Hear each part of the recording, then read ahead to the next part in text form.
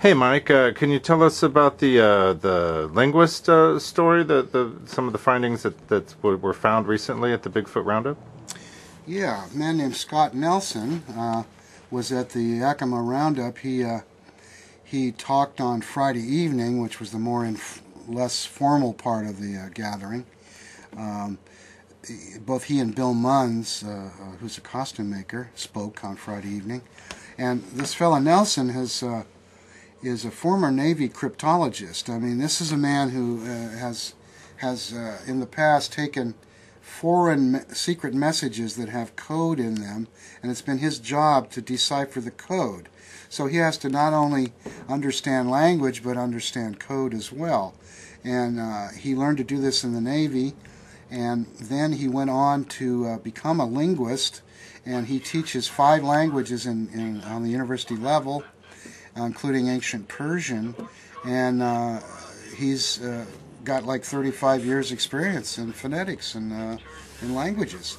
And he had occasion to be helping his son out on a project for school, and the son wanted to do a project on Bigfoot, and so they were looking on the internet for Bigfoot sites, and they found some sites, and they ran across some of these vocalization files that people have posted on the websites, and there are some that are referred to as samurai sounds.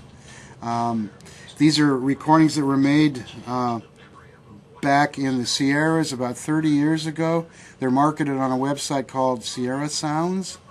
Al Berry, Ron Moorhead, some of the people involved in this, and they recorded these sounds years ago, and some of them sound a little bit like John Belushi when he was pretending to be a samurai, the samurai butcher on Saturday Night Live, and so people have been kiddingly calling them the samurai sounds. Well, this linguist got a hold of those, heard those sounds, got intrigued, found the source of the recordings, and met with Barry and Moorhead apparently, and got copies of the original tapes to work on, and he actually sat down and transcribed phonetically all the Bigfoot talk on these recordings.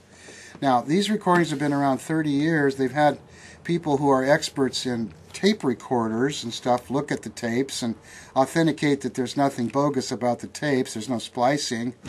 They've played them backwards and forwards, and it's not like somebody speaking backwards on the tape or any of that kind of stuff. And they've also, the people who've studied the tapes in the past, determined that the range of the sounds on the tapes are both above and below the normal human vocal ranges. So that's already been established, but they had hoped to someday find somebody who was a linguist who would be willing to listen to these tapes, and finally it happened. Well, this man Nelson wrote an extensive paper on this already, and he's made copies of some of these sounds and so forth, and gotten them in the hands of his peers, some other linguists that he knows and other people in his same field of study, and they're starting to back up what he's saying and what he has said. And I heard him interviewed on a Blog Talk Radio interview, because I wasn't at Yakima, so I didn't hear his talk there, but I did hear him speak on the radio, and he said that he was absolutely convinced that this was language that he was hearing, and that it was primarily like Native American dialects, but he said that there's some sounds and some expressions in there that seem to be Japanese in origin. There's quite a few sounds in there that seem to be Spanish in origin, and there are sounds that are definitely Pidgin English. Now, that's exactly what you would expect if this is a sentient being that does speak, that they would speak some kind of a Native American dialect, since they've been here, since before we got here, we Europeans. That makes sense, and the fact that they would be speaking Pidgin English is also to be expected, and it also absolutely matches up with some of these stories that we've been told by people who say they have communicated with them. So with this man now a part of the research community, we have maybe need to take a new attitude about whether or not a Bigfoot might be capable of speech.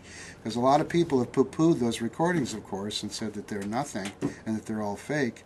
But this man, who has quite a lot of expertise on the subject, doesn't think so. And as a matter of fact, he was asked if he had managed to figure out what some of the words were, some of the Bigfoot words, and he said, well, he thinks that he's actually picked out maybe a name or two that were being used. And one of the Bigfoots on the recordings he thinks has the name Prosgoot, if I'm pronouncing it right. And he said one of the other Bigfoots that on the recording seems to have the name Bigzoo.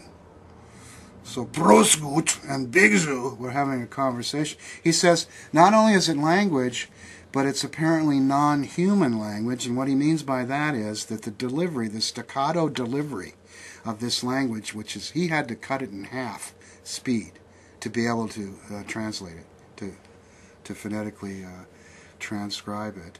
And he said that human beings cannot talk this fast. He says that not only are they talking on the exhale, but they're talking on the inhale, and that they're talking over the top of each other so much that, you know, it's just amazing that they could do that. And he said it's very much non-human-like, but it's definitely language.